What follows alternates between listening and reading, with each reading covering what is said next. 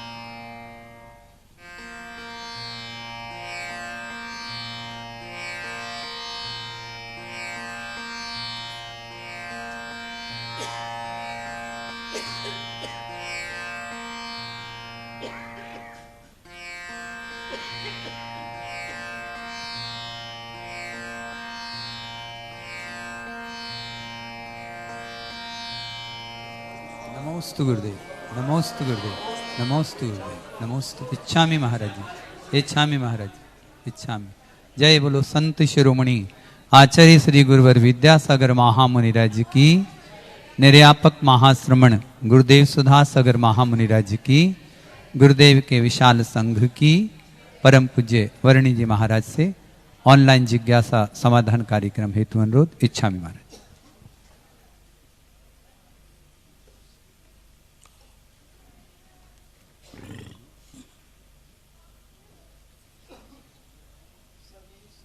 सभी श्रोतागण एवं जिज्ञासु पूज सभी को नमोस्तु करें।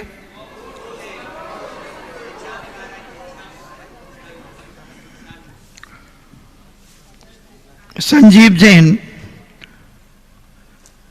जबलपुर से पूछते हैं, नमोस्तु महाराज जी, कोई व्यक्ति जीवन भर अधर्म की क्रिया करता है, धर्म को स्वीकार ही नहीं करता, मगर अंत समय नहीं हुआ।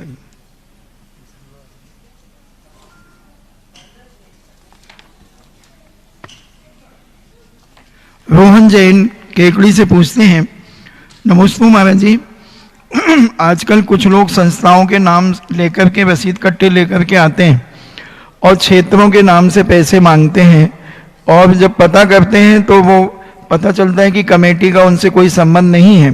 तो ऐसे लोगों के लिए हम किस प्रकार से बंदेज करें? देखो, दुकानदार कभी भी गलत नहीं होता, मूर्ख होता है ग्राहक। मैं तो कहता हूं तुम जैसे मूर्खों से जो लोग पैसा ठग के ले जाते हैं वे बहुत होशियार आदमी, बहुत बुद्धिमान, मूर्ख लोग तुम हो। मैं कह रहा हूं कि बाहर के लिए पैसा कोई भी व्यक्ति कहीं के लिए भी चंदा चिट्ठा इकट्ठा करने आवे, कभी 1 रुपया नहीं देना चाहिए। जितना चंदा चिट्ठा कहीं भी किसी के लिए भी हो,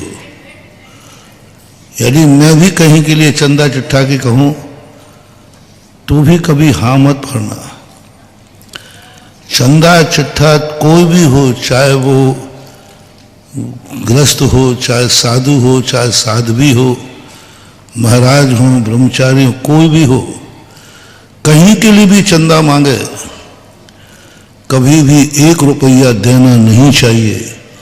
ये पैसा सब फ्रॉड होता है, सब बीच में उसके कमीशन होते हैं, सब बीच में गायब हो जाता है। वही वाली बात होती है जो कहीं के लिए भी चंदा चिट्ठा देता है, कहीं के लिए भी।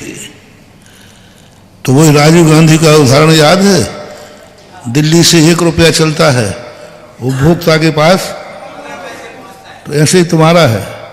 तुम ये चंदा चिट्ठा देते हो ना, जहाँ जिस क्षेत्र के लिए जहाँ के लिए, वहाँ 15 पैसा पहुँचता है, 85 पैसा बीच में नहीं देना चाहिए, कभी नहीं देना चाहिए, भूल के भी नहीं देना चाहिए।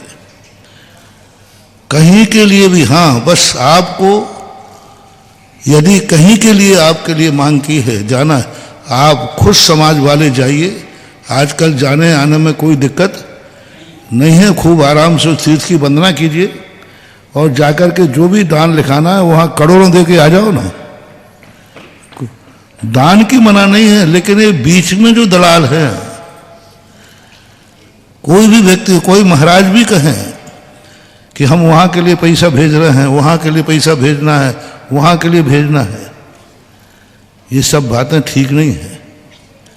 वो नियम से कहीं ना कहीं गड़बड़ी होती है और कोई ना कोई वहां जमा भी हो जाएगा तो उसके बाद से गड़बड़ होगा। बाकायदा वहां की पंचायत आवे, कमेटी आवे, और जो कमेटी रेपुटेड हो और वो बाकायदा मांगे कमेटी के, तो आप दीजिए, आपको देना ही चाहिए, एक दूसरे का सहयोग। लेकिन एक कमेटी को, बाकायदा कमेटी को बुलाओ, कमेटी आवे, हाँ भाई हम लोग वहाँ कार्य कर रहे हैं, हम सबसे आपसे सहयोग की याचना कर, कमेटी करे। कोई महाराजों के, कोई ब्रह्मचारियों के, कोई ग्रस्तों के ये चंदा चिट्ठा लेके यहाँ हमें भेजना है, वहाँ भेजना है, सब गलत है। हमें वहाँ एक एक चीज को, एक स्थान पर एक एक मूर्ति 10-10 बार लोगों को दे दी। एक महाराज थे, वही मूर्ति बोले ये मूर्ति आपकी तरफ से हो जाए, दूसरा आया तो दूसरी की तरफ 5-5 लोगों की वो मूर्ति हो गई। अब कौन वहां पूछ रहा है, कौन क्या जा रहा है? बिल्कुल नहीं करना चाहिए।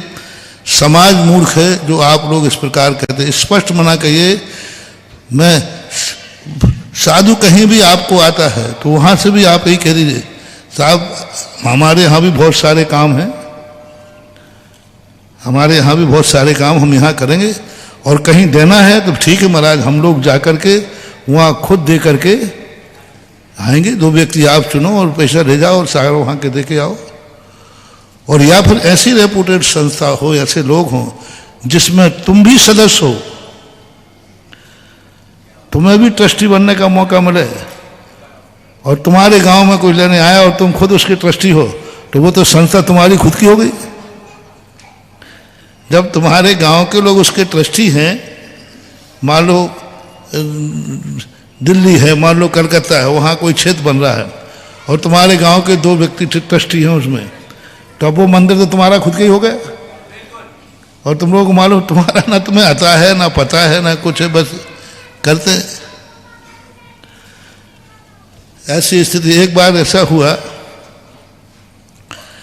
एक स्थानीय कमेटी में आचार्य श्री का चतुर्मास हो रहा था, तो वहाँ किसी ने बस लोगों ने दिमाग लगाया कि आचार्य श्री के संघ के इतने चतुर्मास होते हैं, सभी चतुर्मासों में आचार्य श्री के क्षेत्र बन रहा है, वो क्षेत्र के लिए एक एक कलश बैठाला जाए और वो कलश की राशि वहाँ जाएगी जहाँ पर आचार्य श्री का चतुर्मास हो रहा है। और मेरे पास भी आ गया, और मैंने कहा कि मेरे गुरुजी जहाँ बैठते हो वहाँ सब जगह से कलश जाएंगे, हम छोकरों के यहाँ कलश से जाकर पैसा वहाँ जाएगा, हमारे गुरुजी तो ये हैं जहाँ बैठ जाए वहाँ सोना बरसता है। और फिर बाद में जाकर के वो कलश चतुर्मास के कलश के बाद आचार्य श्री उन कलशों को देखेंगे, और जिसके यहाँ का ज़्यादा कलश का आएगा उस शिष्य को आचार्य श्री का विशेष पुरस्कार मिलेगा। और जब ये बात सामने आई तो मैंने कहा यदि आचार्य श्री पुरस्कार है, उनकी प्रतियोगिता है, तो ये पुरस्कार तो फिर मैं ही जीतूंगा। तो मैंने अशोक पाटनी से कहा, मैंने कहा अशोक जी यदि प्रतियोगिता हो तो कितनी बड़ा कलश हो, कलश तो सोने का बैठेगा, चाहे वो 2 किलो सोने का बने तो बने, और जो सब जगह की बोली आवे उससे अपनी बोली, क्योंकि गुरुजी का पुरस्कार हो, मैं चूक जाऊं, अरे राम राम प्रतियोगिता में। अशोक जी गए वहां, महाराज जी ऐसी ऐसी बात, आचार्य जी ने कहा ऐसा हो रहा है क्या?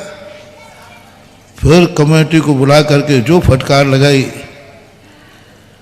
बोले ऐसा हो रहा है कि सब जगह से मेरे यहाँ क्षेत्र के लिए, मेरे क्षेत्र के लिए जहाँ मैं बैठा हूँ वहाँ के लिए सब जगह से चंदा इकट्ठा किया जा रहा है, मेरे लिए चंदा इकट्ठा किया जा रहा है, मेरे क्षेत्र के जहाँ मैं बैठा हूँ वो क्षेत्र बनाने के लिए पैसा इकट्ठा किया जा रहा है बाहर से।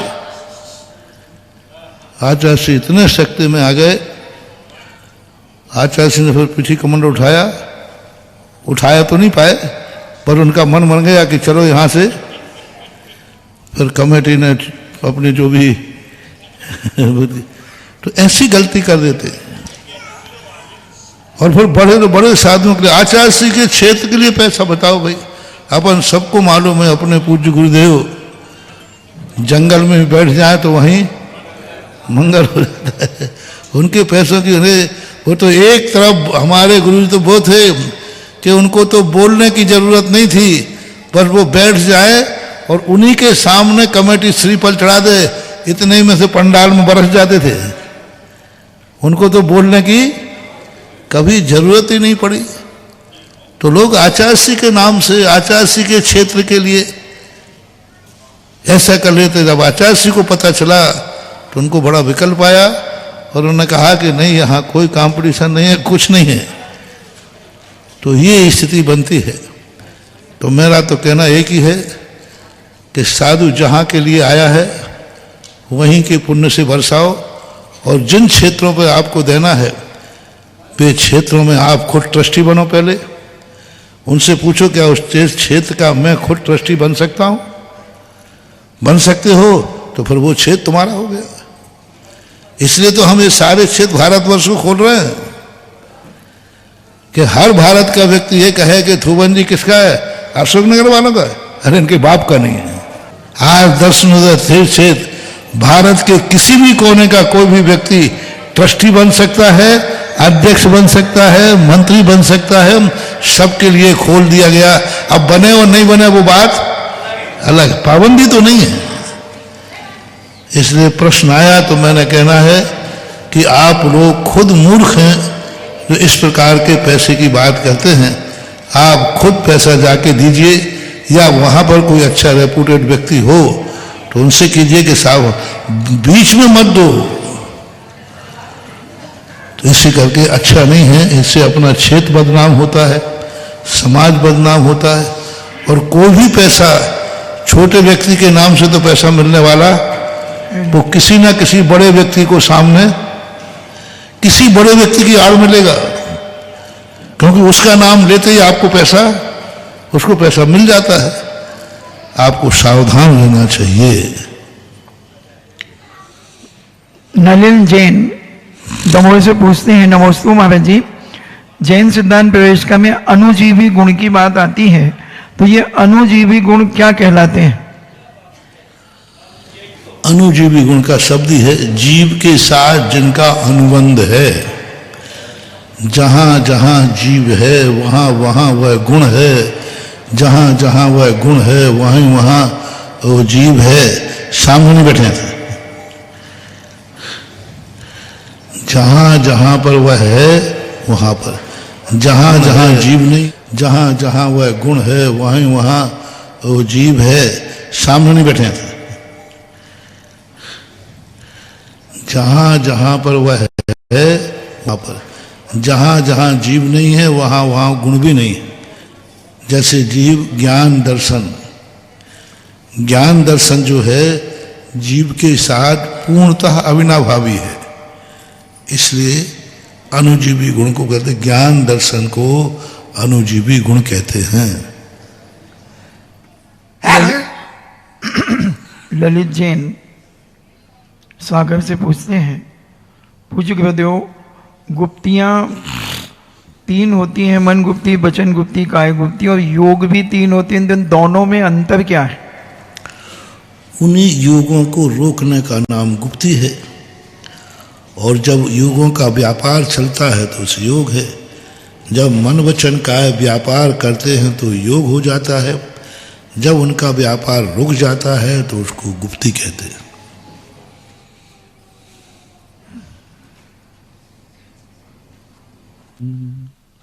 जय बोलो निर्यापक महाश्रमण गुरुदेव सुधा सागर महाराज की, गुरुदेव के विशाल संघ की। आज फिर वो अवसर आया है जब हमारे भाग्य खुले हैं और हमें पुनः गुरुदेव के दर्शन, वंदन और उनकी मंगलमयी वाणी सुनने का अवसर मिला है।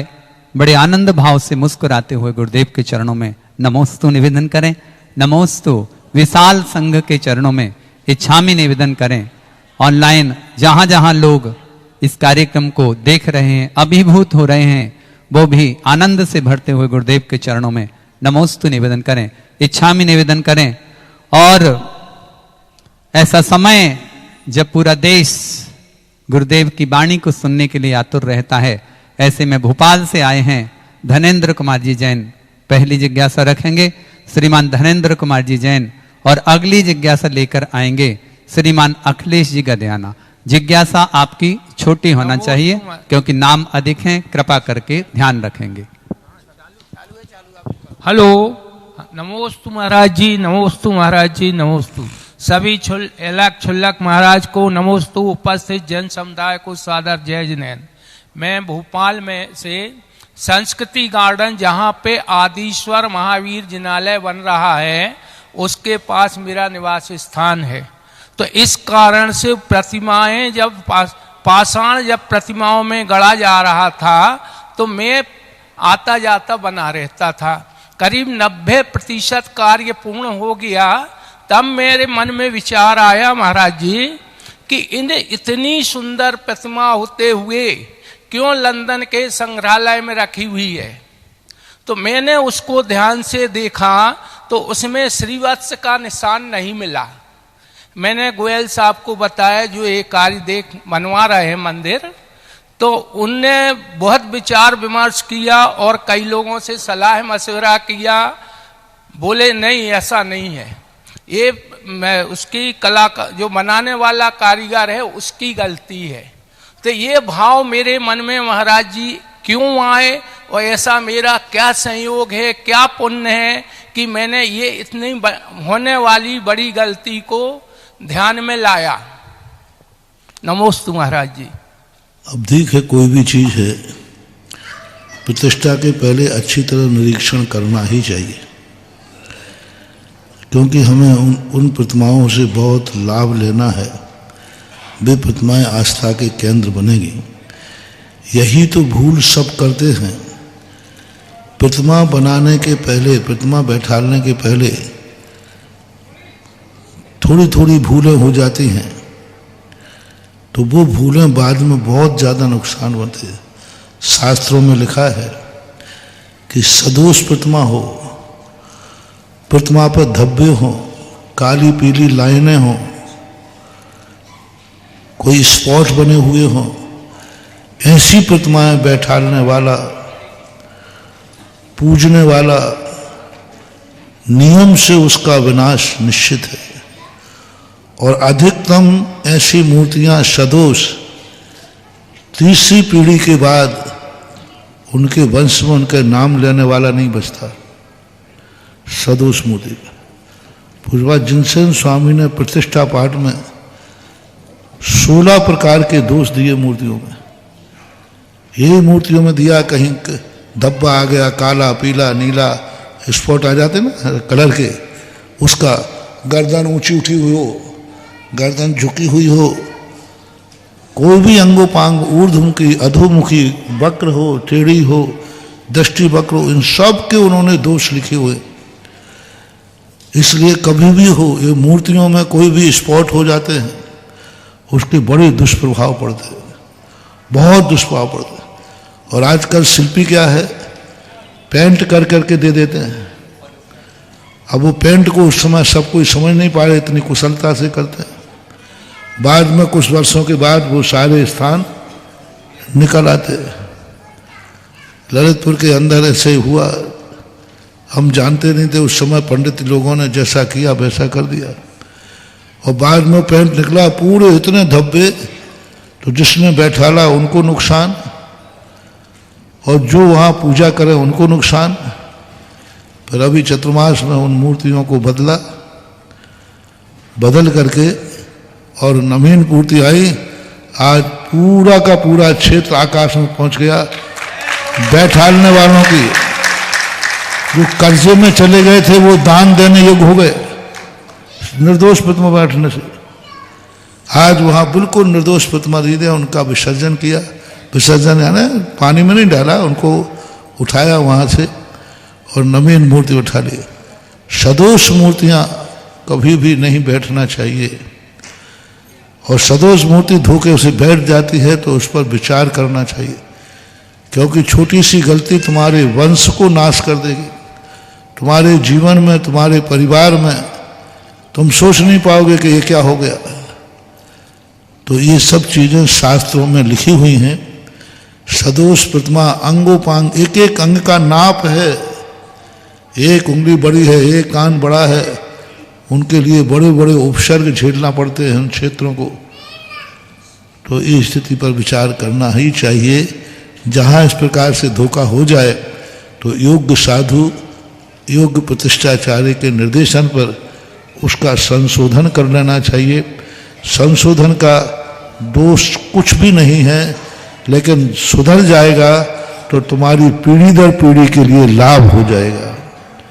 यहाँ तक कि यदि सदोष मूर्ति में सूर्य मंत्र यदि कोई बुद्धिपूर्वक देवे, अनजाने में दिया जाए तो उतना दोष नहीं है, लेकिन कोई आचार्य या साधु जान करके, उनको ज्ञान है कि ये मूर्ति सदोष है, फिर भी यदि देता है तो सूर्य मंत्र देने वाले साधु का, आचार्य का अकाल में मरण लिखा है। अकाल मरण लिखा है उन्होंने, जान करके, अनजाने की नहीं, जान करके कि मूर्ति सदोष है, फिर भी उसमें यदि किसी कारणवश, मोहवश किसी सूर्य मंत्र देता है तो स्पष्ट लिखा आचार्य का, साधु का मरण, अकाल मरण। और श्रावक यदि बैठालता है, उसको पता चल गया, मालूम चल गया कि इस मूर्ति में सो दोष है, फिर बैठालता है, तो महानुभाव आप लोग मूर्तियां बैठालते हो अपनी सुख समृद्धि के लिए, और यदि विनाश हो जाए फिर बाद में बदनाम करते हो, हमने मूर्ति बैठाली थी, हमने मंदिर बनाया था, ये हो गया वो हो गया। नहीं, कहीं ना कहीं दोष हो गया। लोग आज बड़ी इसमें, कुछ लोग तो क्या, अरे ऐसा कैसे हो जाएगा। बीनावाड़ा के अंदर कितने लोगों ने उसका किया। ऐसी सदोष मूर्ति थी, पूज्य आचार्य ने इतनी बड़ी, बहुत बड़ी मूर्ति को सदोष होने से उस मूर्ति का परिवर्तन किया। सैकड़ों साल पुरानी मूर्ति थी उस मूर्ति को उठा के अलग किया, उसके बाद नई मूर्ति स्थापित की। उसके बाद जाओ आप बीनावाला देखो क्षेत्र कहाँ पहुंच गया, चारों तरफ से क्षेत्र पूरा विकसित दिख रहा है। तो सदोषता कहीं भी ठीक नहीं है। सदोष मूर्ति होते ही उस पर विचार कर लेना चाहिए, अपनी हानि नहीं करना चाहिए। जो तथाकथित लोग विरोध करते हैं, इनका काम ही, क्योंकि इनने तो कभी बैठा ही नहीं, उनका तो नुकसान होना नहीं। वो तो चाहते हैं कि धर्म का विनाश हो और धर्मात्मा का हिरास हो, जिससे धर्म मिट जाए। पर अच्छे लोग जो हैं उनको ये विचार करके जब गलती पता चले तभी तुरंत सुधार लेना चाहिए, इसी में अच्छा है। अखिलेश जी गदियाना अपनी जिज्ञासा रखें और अगली जिज्ञासा के लिए तैयार रहें। मनोज कुमार जी जैन साढौरा और अध्यक्ष महोदय भरत जी साढौरा एक साथ एक जिज्ञासा करेंगे। मेरे गुरुवर जगत पूज मुनि पंगव सुधा सागर महाराज की चरणों में त्रिकाल बाल नमोस्तु। सभी ईलक और छुल्लक महाराज को इच्छामी। गुरुवर पंचम काल में जो भी भगवान के माता पिता होते थे वो एक भवतारी होते थे। आज पंचम काल में जो भी पंच कल्याणक हो रहे हैं, उनमें जो भगवान के माता पिता बनते हैं और खोखों की राशि देते हैं, तो उनका कौन सा पुण्य कर्म का योग होता है जिससे वो स्थापना निक्षेप से भी भगवान का माता पिता बनना उतना ही महत्वपूर्ण है जितना कि स्थापना निक्षेप से पाषाण की मूर्ति भगवान बनती है। यहाँ भी तो स्थापना निक्षेप है। इसी प्रकार स्थापना के निक्षेप से पंच कल्याणकों में जो भी पात्र पंच कल्याणक ही एक ऐसा कल्याणक है जहाँ साक्षात ऐसे ही मंत्रों की स्थापना की जाती है जैसे मूर्ति में प्रतिष्ठा की जाती है। क्योंकि वहाँ साक्षात इंद्र बनाना है, साक्षात इंद्र बनेगा तभी वो साक्षात मूर्ति बनेगी, भगवान बनेंगे। साक्षात माता पिता बनेगा, नामकरण गोत्र सब बदलना पड़ता है। उस समय वो नाभि राय मरु देवी ही हो जाते हैं। साक्षात तीर्थंकर का ऐसा नहीं कि मान बनावटी, साक्षात यह मरु देवी भव, साक्षात नाभि राय भव, साक्षात। और यह अनुभूति जब 5-6 दिन की होती है, वह एक दिन यह स्थापना साक्षात तीर्थंकर के माता पिता बनाने में कारण बनती है। आज स्थापना निक्षेप से बने हैं, कल साक्षात बनेंगे। 15 महीने तक रत्नों की वृष्टि। तीर्थंकर जैसे इंद्रों का जिस घर में आना जाना, स्वर्ग के देवता ऐसे आते हैं जैसे तुम्हारे यहाँ रिश्तेदार आते हैं। जब तीर्थंकर का गर्भावतरण होता ना, तो देवताओं का ऐसे ही आना जाना बना रहता है ना, कोई एक देव आ रहा है, कोई ये देव आ रहा है। तो एक तो बहुत बड़े भाव की बात है। तो ये पात्र जो बनते हैं ये ऐसे ही नहीं 2-5 दान के लिए, ये करोड़ों करोड़ों तो क्या, इनकी कोई कीमत ही नहीं। ये तो अनमोल होते हैं, अनमोल। यदि ये पद सारी 3 लोक की संपदा दे करके भी मिलता है तो भी सस्ता मानना चाहिए कि हमें बहुत सस्ते में मिल गया। साढौरा समाज के अध्यक्ष भरत जी, मनोज जी साढौरा अपनी समाज के साथ में खड़े हों, एक जिज्ञासा रखें और अगली जिज्ञासा के लिए आदर भाव से आमंत्रित कर रहे हैं अंजना जी मानोरिया। जगत पूज्य निर्यापक श्रमण मुनि पुंगव 108 श्री सुधा सागर जी महाराज के श्री चरणों में साढौरा जैन समाज की ओर से कोटि कोटि नमोस्तु नमोस्तु नमोस्तु। यहाँ पर विराजमान सभी ऐलक जी और छुल्लक जी महाराज के चरणों में इच्छामी इच्छामी इच्छामी। गुरुदेव, आपके आशीर्वाद से साढौरा में जो हमारा प्राचीन जिनालय है उसका आमूल चूल जीर्णोद्धार होकर और भव्याति भव्य पाषाण के जिनालय का निर्माण होने जा रहा है। गुरुदेव, उसके लिए अस्थाई जिनालय जो हमने बनाया है वो तैयार है और वहाँ पर श्री जी को पूरे समूह शरण के साथ विराजमान करना है। गुरुदेव, हम सबकी ऐसी मंगल भावना है कि यह कार्यक्रम आपकी चरण सन्निधि में संपन्न हो और हमारा वार्षिक विमान महोत्सव समारोह भी आपके चरण सन्निधि में हो और अधिक से अधिक हम सबको आपका लाभ और सानिध्य प्राप्त हो। गुरुदेव, मेरी जिज्ञासा है कि छोटी सी समाज ने आपके आशीर्वाद से, आपके आशीर्वाद के चमत्कार से जिनालय का निर्माण करने का बीड़ा उठाया है गुरुदेव, और वह कार्य आगे बढ़ रहा है। गुरुदेव, आमूल चूल जीर्णोद्धार हो रहा है, पर कहने में यह प्रयोग कर देते हैं कि हमारा नया मंदिर बन रहा है, इसको टूटकर हमारा नया मंदिर बनेगा या इसको डिसमेंटल करके हम मंदिर बना रहे हैं। तो गुरुदेव, क्या यह कहना, जबकि श्री जी उसमें विराजमान है, या कहना उचित है? ऐसा कहना चाहिए क्या गुरुदेव? इसमें क्या दूसरा? ये आयतन कहलाते हैं। तुम नहीं बदलोगे तो प्रकृति बदल देगी, तुम नहीं बदलोगे तो प्रकृति बदलेगी, और प्रकृति जब बदलेगी जब कोई ना कोई की बलि लेगी, क्योंकि मंदिर खंडर होते हैं। अभी यही एक मंदिर खुला, पूरी मंदिर में मिट्टी भरी है, और किसी भी दिन थोड़ा सा भी कोई नहीं सा भी सा कोई बात होती है तो पूरा मंदिर धंस जाता, मूर्ति भी खंडित हो जाती, और यात्री होते तो उनको भी नुकसान पहुंचा देता।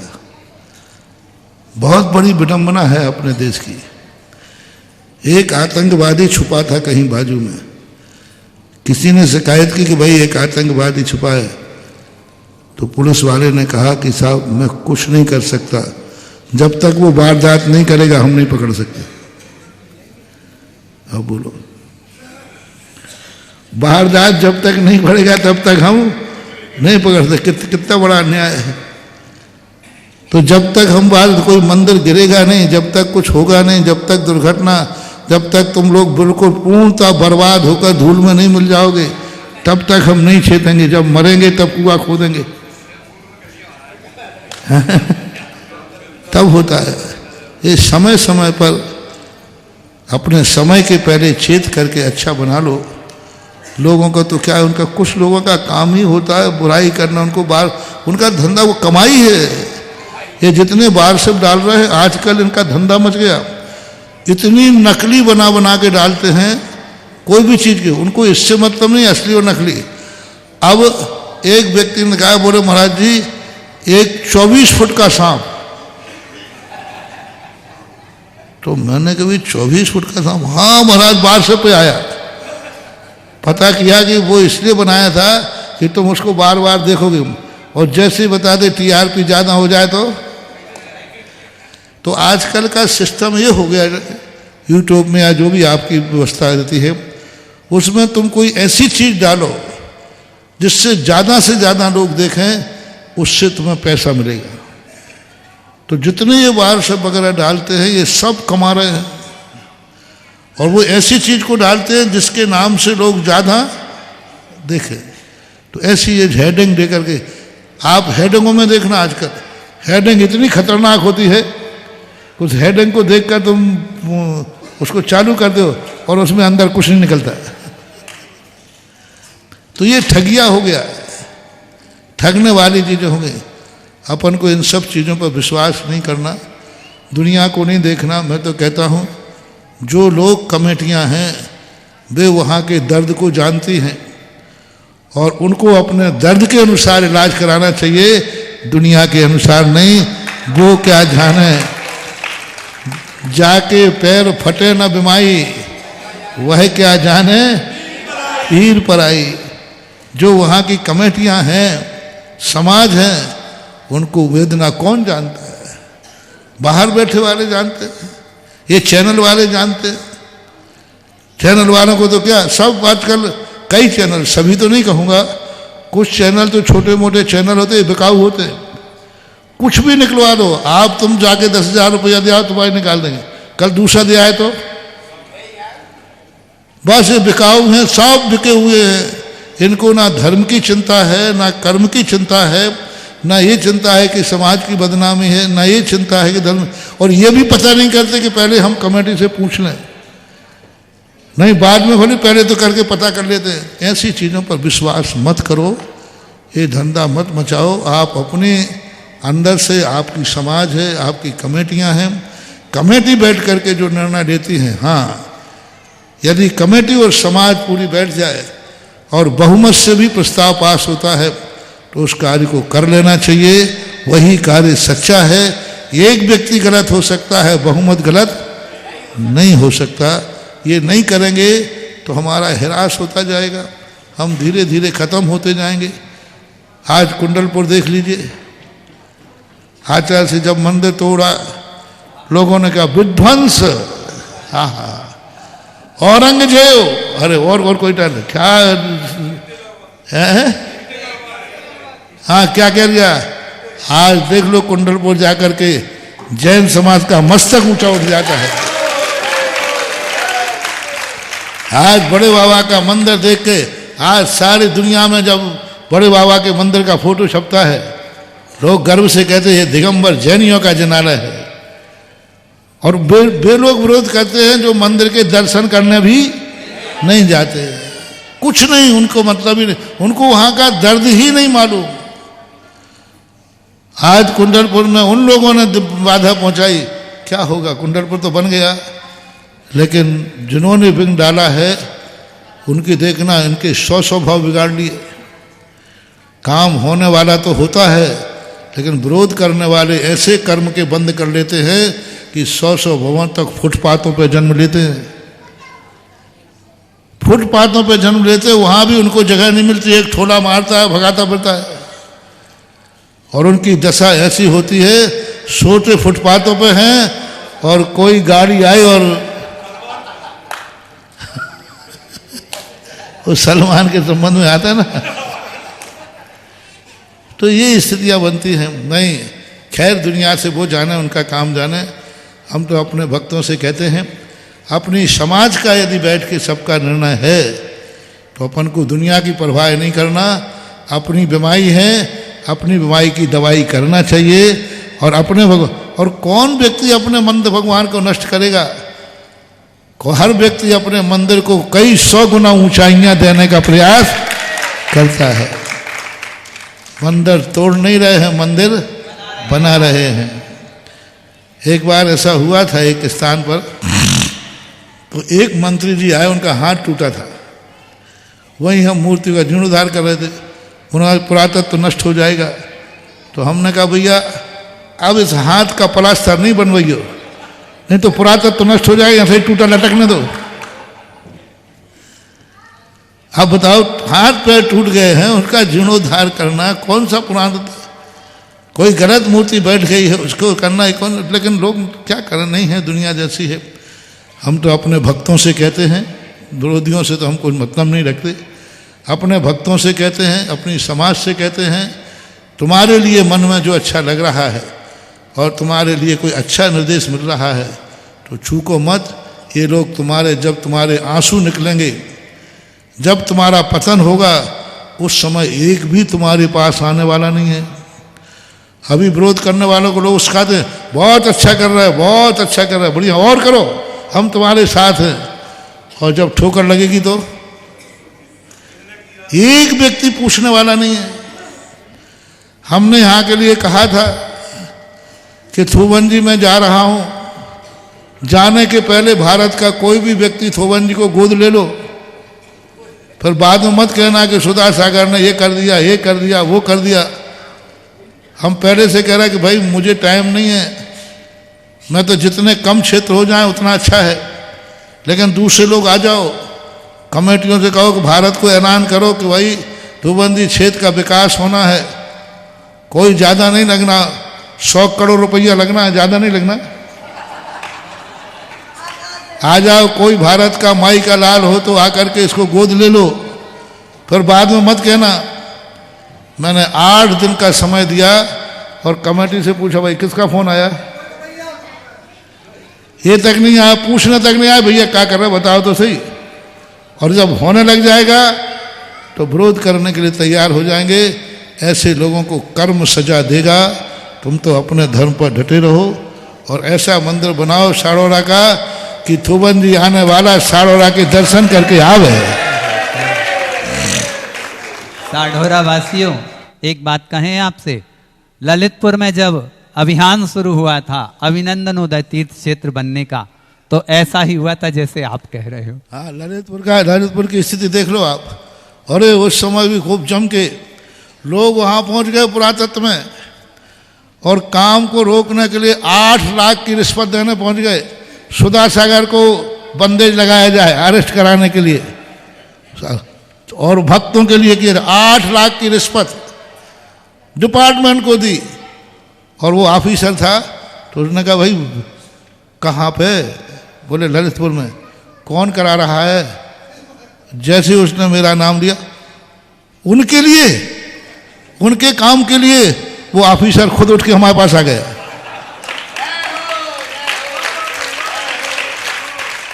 अब बताओ, जिसकी प्रति FIR लिखा हो वो ऑफिसर यहाँ आ जाए। और उसने आके सुनाया, महाराज जी आपका नाम से हमारा 8 लाख का नुकसान हो गया, यदि आपके स्थान पर दूसरा होता तो हम तो। और उसने सारी कहानी सुनाई, और ऐसे ऐसे लोग, और उसको इतना पछतावा, महाराज जी आपकी समाज में भी ऐसे गंदे लोग हैं। बोले दूसरे अजैन लोग नहीं कर रहे थे, जैनियों में भी इतने गंदे लोग हैं कि एक जैन समाज के लोग दूसरी, जो आपकी समाज में इतनी ग्रुपबाजी है कि एक कमेटी काम करे और दूसरा ग्रुप उसका विरोध करे, और इतना विरोध करे कि एक ही समाज के विरोध करने के लिए, और वो रिश्वत दे, एक ही समाज के काम को रोकने के लिए। अरे भाई, ये ऑफिसर मजिस्ट्रेट सब जैन समाज को बड़ी श्रद्धा से देखते हैं, और जब दोनों जैन समाज एक दूसरे लड़के पहुंचते हैं तो उनके मन में बड़ा, अरे जैनियों में भी ऐसा होता है। एक समाज दूसरे समाज के रोकने के लिए स्टे लेती है। बहुत बुरी हालत है महानुभाव। ऐसे लोगों के लिए समाज को सबक सिखाना चाहिए, और सबक सिखाना चाहिए। नहीं सिखाओगे तो कर्म तो सिखाई गई, लेकिन समाज के काम कर रहे हैं, समाज का बहुमत काम कर रहा है।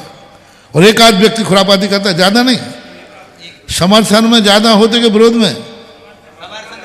सारा समर्थन में होते हैं, बस 2-4 लोग इक्का दुक्का होते हैं, और वो भी इसलिए खाने पीने के लिए। और सबसे ज्यादा तो होते हैं, वही काम उनको करना था लेकिन चुनाव हार गए। अब जो नई कमेटी आई तो बस वो विरोध में खड़े हो गए। मेरे सामने होता है, वही कमेटियां मेरे सामने बिना कहते महाराज ये करना ये करना, और जब वो हार गए और जब दूसरी बार पहुंचे तो वही विरोध करते। हमने कहा भैया तुम ही तो कह रहे थे। बोले सवाल इसका नहीं, सवाल तो मेरे उसमें होता है। क्या होगा, इन कैसे नीच लोग होते हैं। चुनाव हार गए तो विरोध में खड़े हो गए, और वही कार्य स्वयं को करना था। मेरे पास खुद गए, महाराज आप चलो, आपके सानिध्य में ये काम होगा, आपके सानिध्य में यही काम होगा। वही गए, और आज वही लोग, जब दूसरी कमेटी आ गई तो वही लोग विरोध में खड़े हो गए। बहुत ऐसी समाज का बहुत पतन होता है। खैर अभी वो हंसते हंसते मस्ती में हैं, कल जब कर्म उनको सजा देगा तो आंसू पहुंचने के लिए रूमाल भी नहीं मिलेगा। अभिनंदनोदय तीर्थ क्षेत्र पर एक एक प्रतिमा इतनी सुंदर है, पूरी की पूरी अद्भुत, इतनी सुंदर रचना है कि जो वहां दर्शन करने जाता है वो वहां जाकर सम्यक दर्शन को पा लेता है। आज भी आंखों में वो प्रतिमाएं और सहस्त्रकूट जिनालय झलकता है। ऐसे तीर्थ क्षेत्र जब बनने का कार्य हुआ था वहां से प्रारंभ होते हैं। सत सत बार नमन करते हुए निवेदन कर रहे हैं। श्रीमती अंजना जी मनोरिया अपनी जिज्ञासा रखें और अगली जिज्ञासा के लिए तैयार रहें। सारिका जी मंगल दी। आराध्य गुरुवर के चरणों में बारंबार नमोस्तु। चुल्लक जी को इच्छामी इच्छामी इच्छामी इच्छामी। परिग्रह परमाणु व्रत क्या है, इसका ग्रस्त लोग इसका किस तरह से पालन कर सकते हैं? परिग्रह प्रमाण दो हैं, चल अचल भोगोपभोग। इन 4 चीजों का प्रमाण किया जाता है। एक तो अचल संपत्ति का प्रमाण करना। अचल संपत्ति कहलाते जमीन मकान आदि। चल संपत्ति का है मुद्रा आदि, रुपया आदि। भोगोपभोग सामग्री जो आपके उपयोग में आती है, वस्त्र आदि हैं आदि, इनका परिमाण किया जाता है। तो इन 4 चीज़ों का परिमाण करना परिग्रह परिमाण व्रत के अंतर्गत आता है। हालांकि भोगो भोग शिक्षा व्रत में अलग से दिया है, लेकिन वहाँ भी परिमाण की ही बात है। दिग्व्रत देश व्रत में सीमाओं का परिमाण होता है। तो इस प्रकार से करना चाहिए। जिज्ञासा रखें सारिका जी मंगलदीप, और अगली जिज्ञासा रखेंगे श्रीमान राजेंद्र कुमार जी थनवारा, लल्लू भैया के नाम से जो प्रसिद्ध हैं। गुरुजी के चरणों में बारंबार नमोस्तु, सभी एलक जी छुल्लक जी के चरणों में इक्षामी। महाराज श्री जी, हम साधारण श्राविकाओं की चर्या सुबह से लेकर नब्धा पूर्वक पड़गहान तक चलती है, और हम श्राविकाओं के द्वारा ही इतने सारे भैया जी दीदी लोग इस श्रमण संस्कृति मार्ग पर आगे बढ़ने को तैयार हैं। मगर फिर भी हमारे पुण्य में ऐसी क्या कमी होती है कि हम लोगों को डायरेक्ट आपके हाथ से गंधोदक नहीं मिल पाता। 365 दिन में कोई एक दिन तो हम साधारण श्राविकाओं के लिए लाइन लगाकर होना चाहिए, जैसे शिवरात्रियों के लिए होता था। हर दुकानदार उसी ग्राहक को समय देता है जिससे कोई। महाराज जी, बच्चे भी तो हमारे ही है ना आपके पास। इसमें क्या है, आपको तो लाभ है, हमारे लिए लाभ नहीं है। देखो, हमारे लिए इनको गंधोदक देते हैं तो तुरंत हम कहते हैं कि आपको प्रतिदिन अभिषेक करना है, तो हमारा एक भगवान का भक्त तैयार हो जाता है। अब तो यही देखा जाता है। आज देखो, हमने पुरुषों को प्रोत्साहन दिया तो आज 12 साल हो गए, प्रतिदिन हमारे थुबन जी क्षेत्र पर भगवान का अभिषेक भक्तों के द्वारा हो रहा है। और आज देखो, भक्तांबर, असीमकालीन भक्तांबर शुरू हो रहा है। पूरे हम इधर आहार को उठते हैं, उधर भक्तांबर विधान की आवाज़ आती है, पूरे क्षेत्र में गूंजती है, पूरे क्षेत्र में गूंजती है। और आज ये इतनी बड़ी स्थिति, और तुम लोगों के लिए एक बात है, एक तो व्यवस्थित नहीं रहते, और तुम लोगों का कोई नियम धर्म करो तो फिर हम थोड़ा बहुत हाथ से दे दें, इनको तो लगाएंगे, तुम्हें तो दे देने का, पर तुम्हें भी नियम लेना पड़ेगा कि हम प्रतिदिन अपने परिवार के पुरुषों के द्वारा किया हुआ अभिषेक देख के ही भोजन करेंगे। देखो, अपन तो जब तुम बनिया हो तो खाते तो हम तुम्हारी आहार है ना, तो अपन भी आजकल बनिया हो गए। पहले अपन उसी के लिए कुछ काम करते हैं जो उससे कोई फायदा।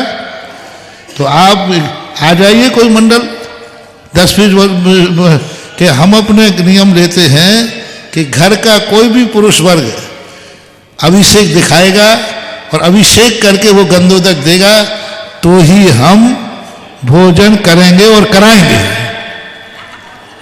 ये नियम तुम्हारा चालू हो जाए तो फिर तो मैं कह दूंगा कि नहीं, इनको भी मिलना चाहिए गंधोदक। जिज्ञासा रख रहे हैं, आज जो जिज्ञासा रख रहे हैं राजेंद्र कुमार जी साहब, उन्होंने एक साथ 21 शिलाओं की घोषणा की है। एक बार सदन तालियां बजाए। आप जितने लोग यहाँ पर बैठे हैं उनसे भी अनुरोध है, आप भी शिलाओं की घोषणा करिएगा। नाम 21 नाम तो नहीं पढ़ पाऊंगा, ऐसे बता देता हूं, माना कि 21 नाम पढ़े हो गए। इन 21 नामों के लिए तालियां बजा दीजिए और जिज्ञासा रखें श्रीमान राजेंद्र भाई। आज एक नया खाता खुल गया, इनके प्रश्न का सुनो, नया खाता खुल गया। इन लोगों का एक खाता तो खुला ही था कि जो व्यक्ति नित्य प्रतिदिन बाहर की वो बीमारी की छूट रखकर अभिषेक करता है तो हम उसको गंधोदक दे देते हैं। आज इस डिपार्टमेंट का खाता खुल गया, लो सारे भारत के लिए खोल दिया कि तुम ये नियम लो आकर के, महाराज जी मैं नियम लेती हूँ, आज से घर के पुरुष वर्ग में से कोई ना कोई जब गंधोदक ला के देगा तो ही मैं भोजन करूँगी। बाहर की बीमारी की छूट है, अशुद्धि आदि की बीमारी की आपातकाल की छूट है, और ये तुम नियम लेते जाओ, हम गंधोदक दे देंगे। क्या अपन को तो है। गुरुवर के चरणों में त्रिवार नमोस्तु नमोस्तु नमोस्तु। एलक जी के हाँ, हारी बीमारी छूट, बहुत अच्छा। कल ले लेना, बिल्कुल दूंगा, बुला के दे दूंगा मैं तो। इच्छामी। गुरुवर, त्याग और दान में क्या अंतर है? त्याग और दान में क्या अंतर है? त्याग का और दान, त्याग में क्या होता है, वस्तु हे मान के त्याग करता है।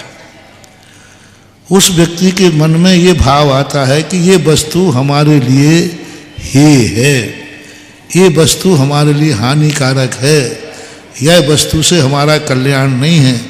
ऐसा भाव जब आता है तब व्यक्ति त्याग करता है। दान में भाव आता है कि यह वस्तु हमारे लिए तो उपयोगी नहीं है, लेकिन ये वस्तु किसी के लिए उपयोगी है, मेरे लिए भी उपयोगी है, लेकिन मेरे इसके बिना भी चल जाएगा और मेरे पास एक्स्ट्रा भी है, तो त्याग तो नहीं करूंगा, लेकिन ये किसी के काम में है, उसके लिए दूसरे के लिए दे देने का नाम दान है। जैसे तुम लोगों ने कहा कि आहार दान है, आपके पास आहार है, अपने पास व्यवस्था सब है, लेकिन फिर भी तुमने कहा कि मैं साधु को आहार दूंगा क्योंकि उसके काम का है, तो वो दान की कोटि में आएगा। सब चीज़ों में अपनी वस्तु को सामने वाले को स्वस्याति सर्गो दानम अनुग्रहार्थम, अपनी वस्तु से यदि दूसरे पर अनुग्रह होता है तो उसको देने का भाव आना दान कहलाता है, ऐसा मानना चाहिए। और पूज्य गुरुदेव आज हमारे बीच ऐसी शख्सियत है, उपस्थित है, जिन्हें ललितपुर पंचकर्णाक में भगवान की माता पिता बनने का सौभाग्य मिला था।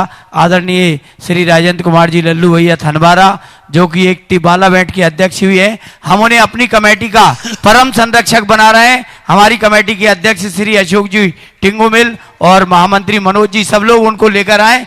पूज्य श्री के चरणों में आदरणीय लल्लू भैया पधारे हैं। आप सबकी जोरदार तालियां होना चाहिए। ऐसे समाज सेवी जो हमेशा पूज्य गुरुदेव के चरणों में समर्पित रहते हैं, उनका मार्गदर्शन, उनका दिशा निर्देशन हम सबको आगे मिलता रहेगा। कमेटी सम्मान एक असीम कालीन भक्तामर विधान के लिए भी उन्होंने अपने परिवार का नाम दिया है। 21 नाम में आधे मिनट में पढ़ता हूँ। राजेंद्र, कल्पना, अंकित, प्रियंका, अंकुर, दिव्या, सची, निहिका, कुंभन, पूजा, मायसा, अजितेंद्र, कमलेश, स्नेहलता, बिमलेश, सरोज, श्वेता, दीपू, ऋचा, लकी, तनु, इस प्रकार से पूरे 21 नाम लिए उन्होंने दिए हैं। एक बार तालियां बजाकर उनके अभिनंदन करें, स्वागत करें। और हम जिज्ञासा के लिए अनुरोध कर रहे हैं श्रीमती कल्पना जी सराफ, जो कि चंदेरी से हमारे बीच में है, कृपया खड़े हो जाएं, आप तक माइक पहुंच जाएगा। और अगली जिज्ञासा के लिए आमंत्रित कर रहे हैं व्रती श्राविका आदरणीय सुधा दीदी जी को। परम पूज अक्षयकारी मेरे गुरुदेव के चरणों में कोटि कोटि नमन, एवं छुल्लक जी और सभी एलक जी के चरणों में इच्छामी। मैंने अक्षयकारी इसलिए कहा, जब भी गुरुदेव के पास जो भी भावना लेके आती हूँ वो अवश्य ही पूरी होती है। मेरे लिए तो मेरे गुरुदेव कल्प वृक्ष के समान है। गुरुदेव, मुझे भगवान के माता पिता बनने का भी सौभाग्य 2 वर्ष पूर्व मिल चुका है। मेरी जिज्ञासा है, यह जीव प्रथम गुण स्थान से 14वें गुण स्थान तक कैसे भावों से चढ़ता है, कृपया मार्गदर्शन कीजिए। नमोस्तु महाराज जी। गुणस्थानों का क्रम मोह और योग की मंद दशा से बनता है। जैसे जैसे मोह में और योग की मंदता बढ़ती जाएगी, वैसे वैसे गुणस्थान ऊपर उठते जाते हैं। दर्शन मोहिनी की अभाव होने पर चतुर्थ गुणस्थान, चारित्र मोहिनी का अभाव क्रम से होते हुए 5वां, 6वां, 7वां आदि बढ़ता जाता है। अभाव और मंदता ये 2 हैं। मोहिनी कर्म का अभाव होता जाए अथवा मोहिनी कर्म की मंदता बनती जाए तो गुणस्थानों का क्रम बढ़ जाता है। जैसे संजनन कषाय की मंदता से 6वां, 7वां, 8वां, 9वां और 10वां ये कषाय की मंदता से बनते हैं। मंदतर मंद होती जाती और योगों से भी गुणस्थान बनते हैं। तो इस प्रकार मोह और योग की मंदता अथवा उनका अभाव होना यही गुणस्थान। और जब मोह और योग में मंदता आएगी तो विशुद्धि भाव बढ़ेगा।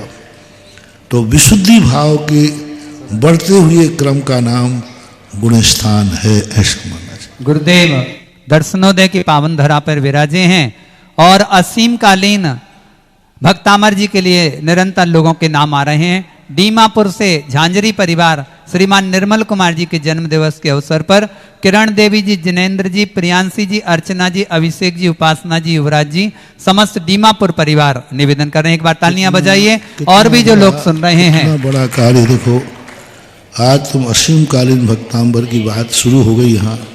आप कल्पना करें, जिस क्षेत्र पर वर्षों वर्षों तक यहाँ कोई दर्शन करने वाले नहीं थे, घनघोर जंगल था, किसी मंदिर में किवाड़ नहीं थे, ये मंदिरों में जानवर बैठते थे। ऐसे मंदिरों में आपके द्वारा गूंजा हुआ सुबह से लेकर के 12 बजे तक भक्तांबर का विधान का नाद होगा। कितना बड़ा, इस पुण्य को कल्पना करो। तुम नहीं भी आ पाओगे, तुम्हारे नाम का विधान हो रहा। ये जो असीम कालीन भक्तांबर विधान है बंधुओं, कोई साधारण चीज मत समझो इसको। एक तीर्थ के ऊपर आपके नाम के आपका विधान हो रहा है।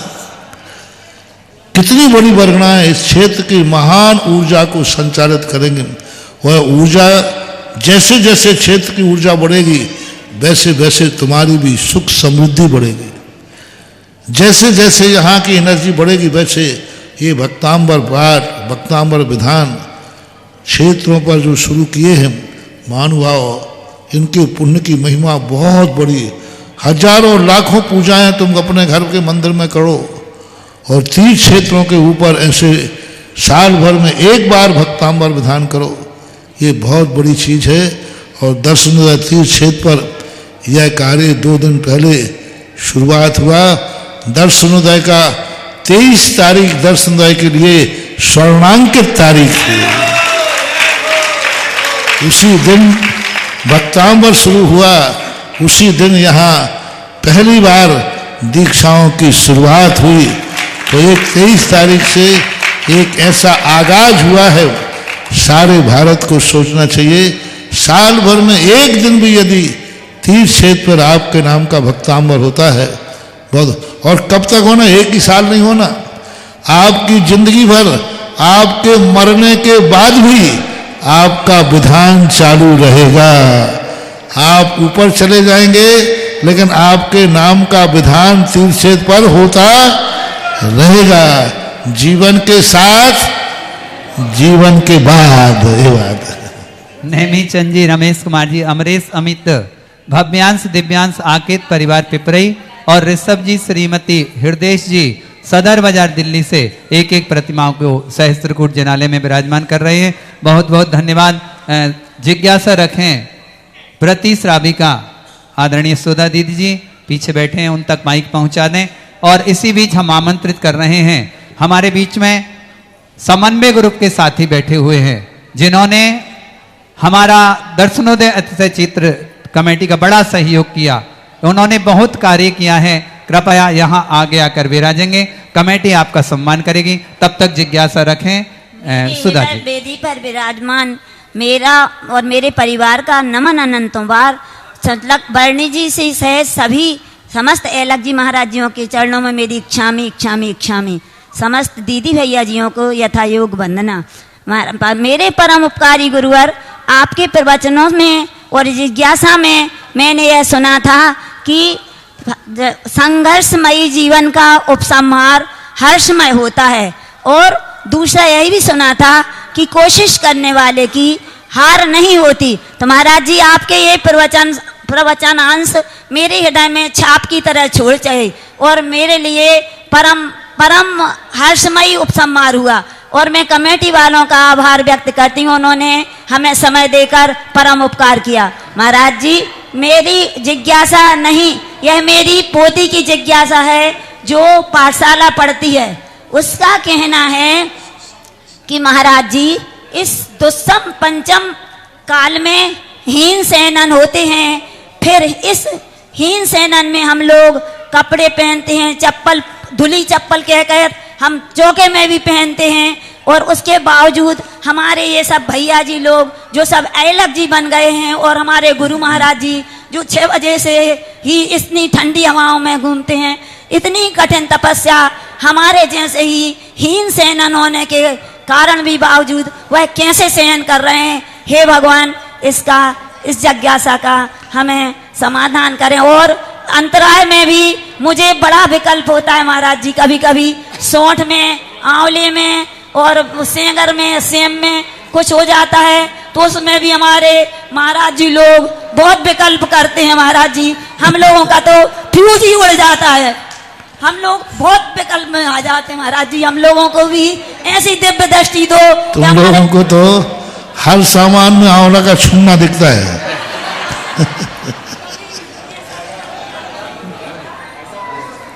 ठीक है, विकल्प नहीं करना चाहिए, करते भी नहीं हैं, लेकिन जब स्पष्ट निर्णय हो जाता है तो बस साधु क्या करें।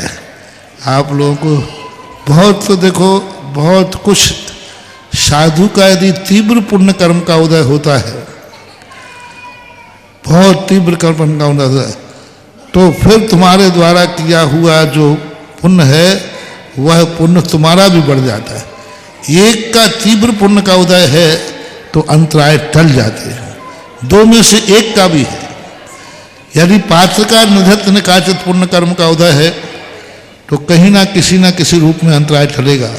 और दाता का दानांतराय कर्म का क्षोभसम तीव्र है, तो क्योंकि उसका दान है कि आज दान होगा ही होगा तो टल जाएगा। लेकिन दोनों में से किसी कमजोर पड़ जाता है पुण्य का, तो फिर मामला बिगड़ जाता है।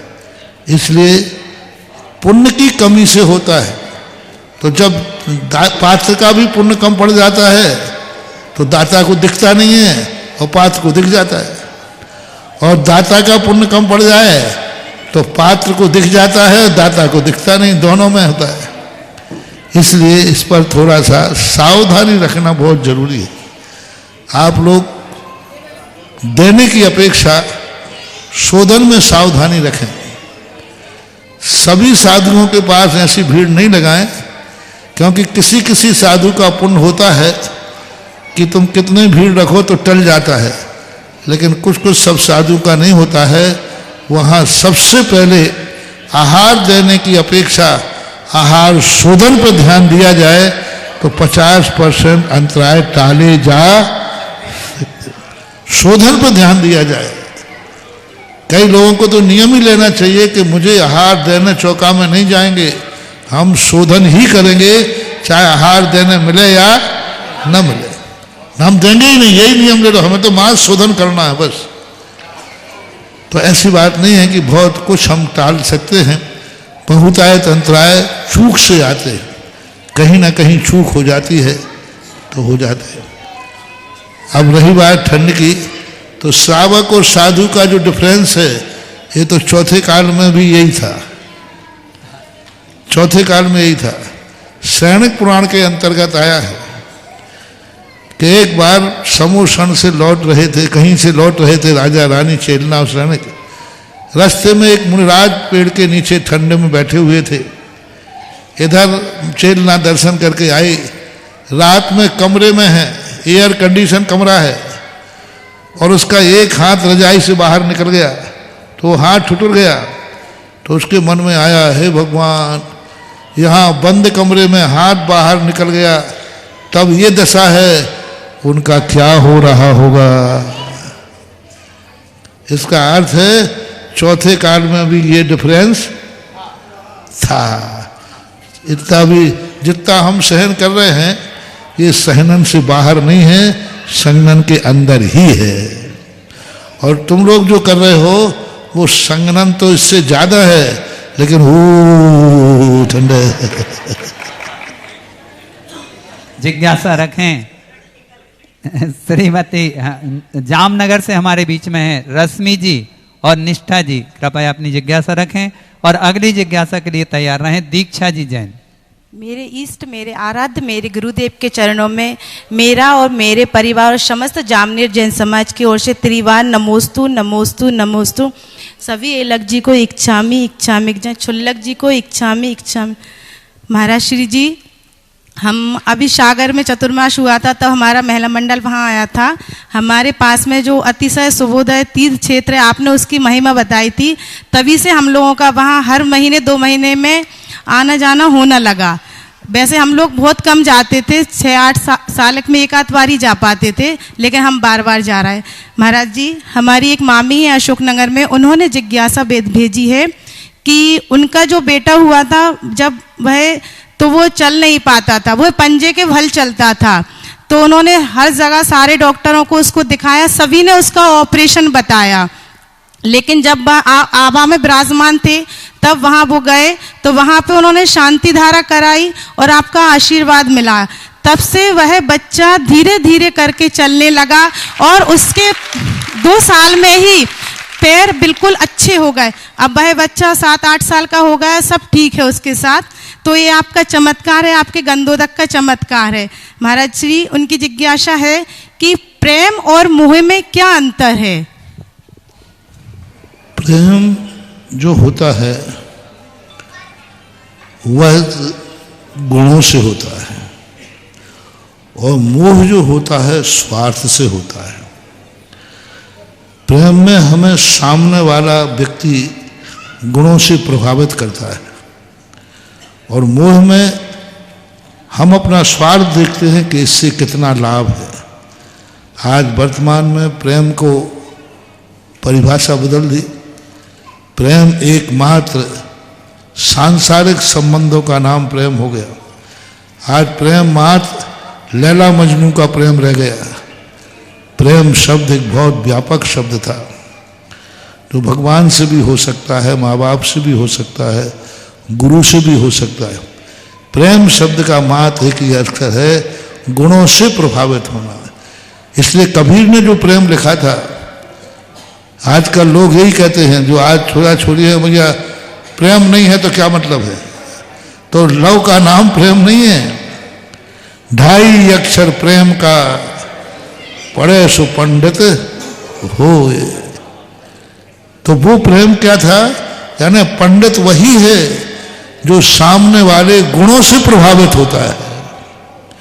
गुण सो प्रमोदम, जिसे हमारी शास्त्रीय भाषा में बोलते हैं, गुण सो प्रमोदम। गुणवान को देखकर जो प्रेम प्रमोद भाव आता है उसका नाम प्रेम है। और मोह में सामने वाले का नाश हो, कुछ भी हो, हमारा स्वार्थ से न सिद्ध होना चाहिए। अपना काम बनता भाड़ में जाए जनता, इसको बोलते हैं मोह। अपना काम कितना भी बिगड़ जाए लेकिन सामने वाले का काम नहीं बिगड़ना चाहिए, क्योंकि वो गुणवान है, उसको बोलते प्रेम। ऐसा शास्त्रीय भाषा का शब्द है। आज इतने सुंदरतम कार्यक्रम को देखते हुए जिनवाणी ने 20 मिनट अतिरिक्त दिए हैं, क्योंकि ना तो जिज्ञासा पूछने वाले कम होते और ना हम बोलना बंद होते। गुरुदेव से नमस्ते निवेदित करते हुए जिज्ञासा रखें बिटिया दीक्षा जी, और अगली जिज्ञासा के लिए तैयार रहें सुशील जी सानोदा, जो कि सागर से हमारे बीच में है। माइक इधर दीजिए, माइक इधर दीजिए पहले। हम विजय भाई समय खराब कर रहे हैं। बिटिया माइक आप लो ना। हेलो हेलो महाराज जी, मेरे और मेरे परिवार की तरफ से नमोस्तु नमोस्तु नमोस्तु। छुल्लक जी और एलक जी को इच्छामि इच्छामि इच्छामि। महाराज जी, मेरी जिज्ञासा है कि हम बच्चे हमारे धर्म की प्रभावना को कैसे बढ़ा सकते हैं? अच्छी तरह मम्मी की आज्ञा में चलो, इससे धर्म प्रभावना हो जाएगी। दीक्षा जी जिज्ञासा रखें, और अगली जिज्ञासा सुशील सानोदा जी सागर से जो हमारे गुरुदेव के चरणों में मेरा बारंबार नमोस्तु। छुल्लक जी और सभी एलक जियों के चरणों में मेरा इक्षामी। गुरुदेव, मेरी ये जिज्ञासा है कि बहुत सारे धार्मिक कार्य होते हैं, जैसे कुछ धार्मिक कार्यों में हम सामर्थ्य नहीं हो पाते हैं दान देने में, तो हम उस समय भाव बनाते हैं और अनुमोदना करते हैं। क्या ये भाव आगे जाके हमें सामर्थ्य बनाते हैं और हमें ये करना चाहिए? गुरुदेव कृपया मेरी ठीक है, जब असमर्थ हैं शामिल होने में तो भावनात्मक शामिल होना ठीक है। सुशील जी सानोदा सागर अपनी जिज्ञासा रखें, और उनके बाद जिज्ञासा रखें बिटिया कृतिका जैन अशोक नगर। चालू करो भैया, चालू है। हमारे कुलदेवता श्री आदिनाथ भगवान, कुलगुरु समाधिस्थ आचार्य गुरु विद्यासागर महाराज और हमारे कुल रक्षक, परिवार रक्षक, स्वास्थ्य रक्षक आचार्य श्री विद्यासागरी महामुनिराज की जय। गुरुदेव, एक कहावत बुंदेलखंड में जहाँ जहाँ चरण पड़े संतों के, वो को उल्टी हो गई अब तो, जहाँ जहाँ चरण पड़े संतों के उतनी हो रहा उद्धार।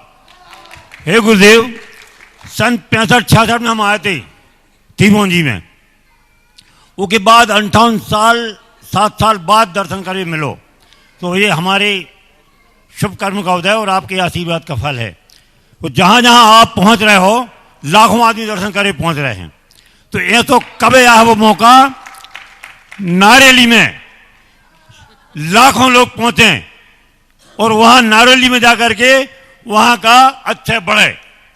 प्रभु नमोस्तुते भगवान, नमोस्तुते। जिज्ञासा तो यही है और समाधान भी जो है कि कभी न कभी पहुँचा जरूर। वो दिन भी आएगा और वो दिन ऐसा आएगा कि पिछले के सारे रिकॉर्ड पीछे हो जाएंगे।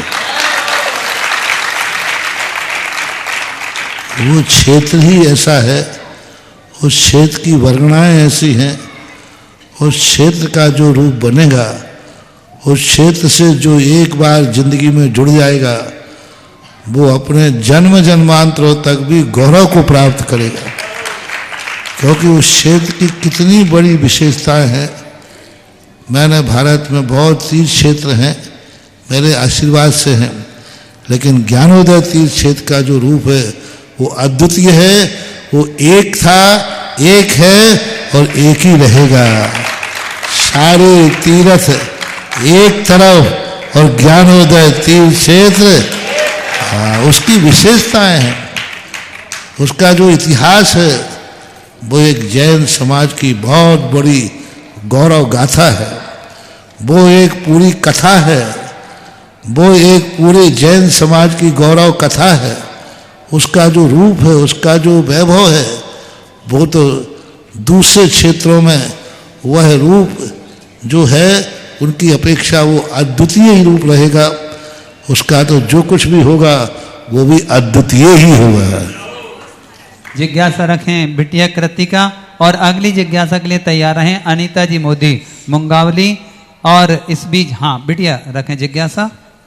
महाराज जी के चरणों में मेरा बारंबार नमोस्तु एवं वर्णी जी महाराज एवं समस्त एलक महाराज जी के चरणों में मेरा बारंबार इच्छामि। महाराज जी, मेरी जिज्ञासा ये है, जब भी हम कोई नियम लेते हैं, अगर वह किसी कारणवश टूट जाता है या हम उसका पालन नहीं कर पाते, तो हमें वह उसके लिए प्रायश्चित लेना चाहिए या फिर वह नियम दोबारा दूसरे दिन से चालू कर देना चाहिए? पहली बात, कारण देखना पड़ेगा, कारण क्वालिटी क्या है। कारण को देख करके ही फिर व्यवस्था, दंड व्यवस्था होती है। वो कारण की क्या मजबूरी थी, क्या परिस्थिति थी, उसके अनुसार विचार किया जाता है। एक शिला बिमला जी दीनानाथ परिवार सहारनपुर से घोषणा कर रहे हैं। एक बार तालियों की अनुमोदना उनके लिए। और अंश जी अपनी जिज्ञासा रखें, उसके पहले जिज्ञासा रखेंगे अनीता जी मोदी। अंश खड़े हो जाए। मेरे परिवार के इष्ट गुरुदेव वो मेरा और मेरे परिवार का बारंबार नमोस्तु। हे मुनि श्रेष्ठ, मेरी जिज्ञासा है कि हमारे मतलब मनुष्य की जो द्रव्यलेशा तो बदलती नहीं है, पर भावलेशा हमेशा बदलती रहती है। और देवों और नारियों की जो द्रव्यलेशा है वही भावलेशा है, तो उनकी भावलेशा कभी बदलती नहीं है।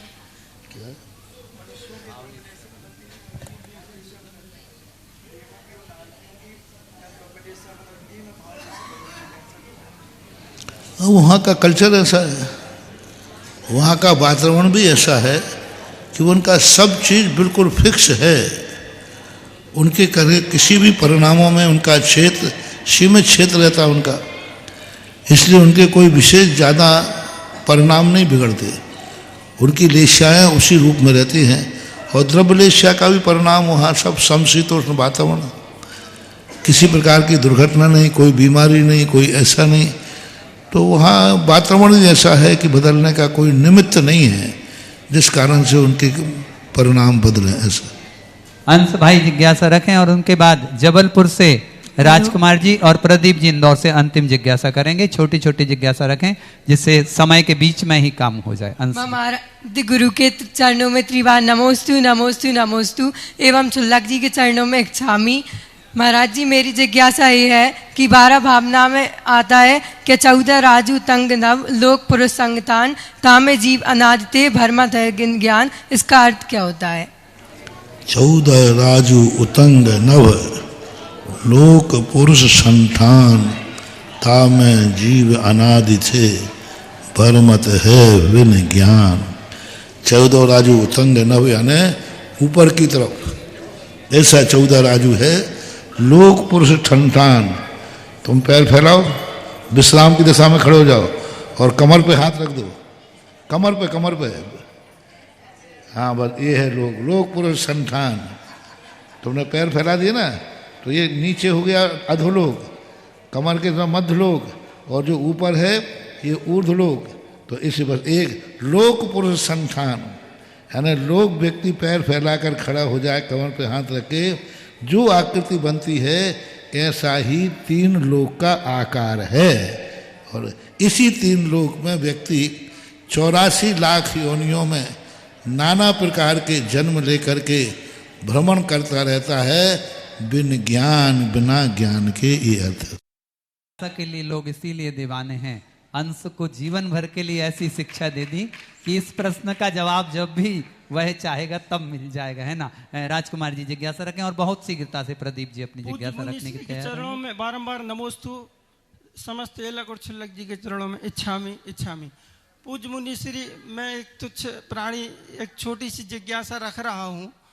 मेरी असीमित इच्छाएं शांत नहीं होती, मन में संतुष्टि नहीं मिलती है, ज्ञान और धर्म करते हुए भी शांति नहीं मिलती है। और कभी कभी मैं धर्म को एक परिपाटी के रूप में समझने लगता हूँ कि ये पीढ़ी दर पीढ़ी चला आ रहा है, तो एक परिपाटी बन गया है। भगवान कुछ देते नहीं हैं और न कुछ लेते हैं, जो हम करेंगे वही पाएंगे।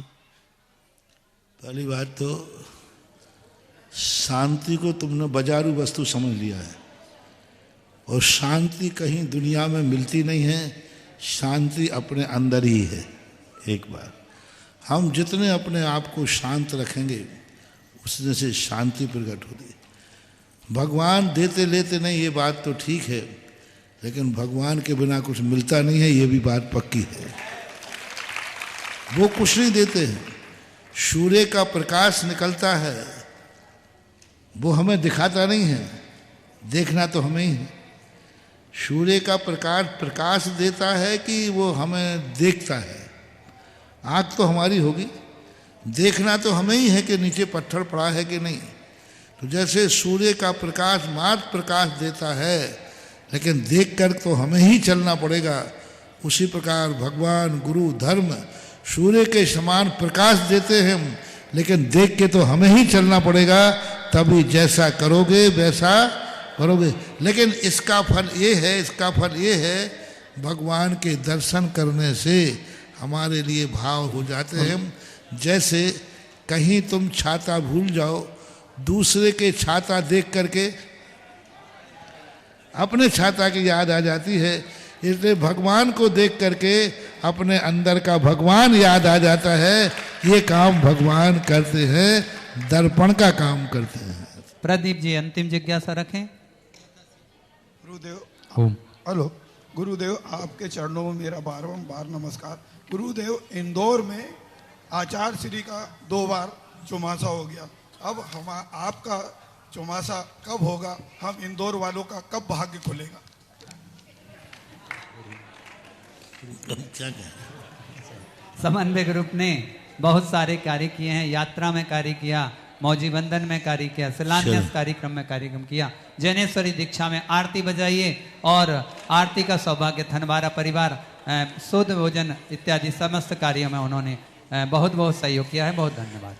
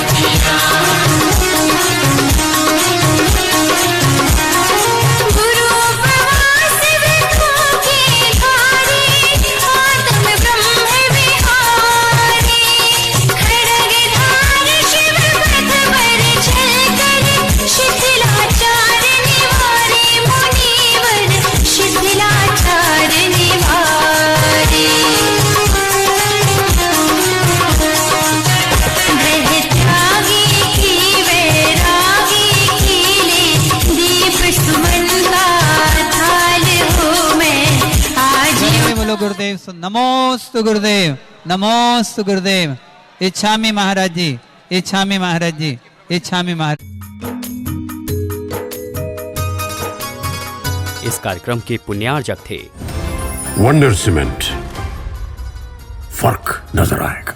श्री अशोक श्रीमती ममता जैन सेठी जी कोलकाता। श्री दिगंबर जैन दिव्योदय अतिशय तीर्थ क्षेत्र सम्मेदगिरी जिला जबलपुर मध्य प्रदेश। दिव्योदय अतिशय तीर्थ की 1008 तीर्थ संरक्षक श्रृंखला में संरक्षक बनकर पुण्यार्जन करें। संपर्क सूत्र 8348049763 9085221008 9085331008 9085441008। दिव्योदय तीर्थ क्षेत्र से जुड़ने के लिए QR कोड स्कैन करें।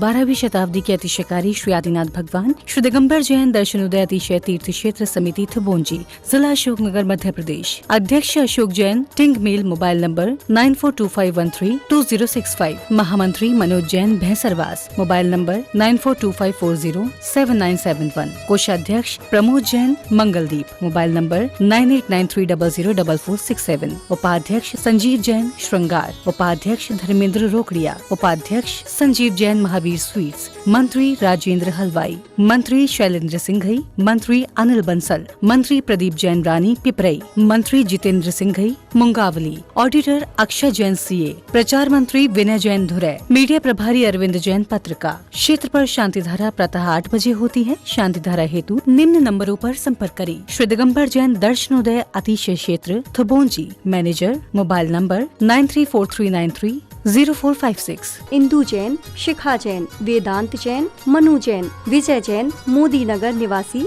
अमेरिका प्रवासी।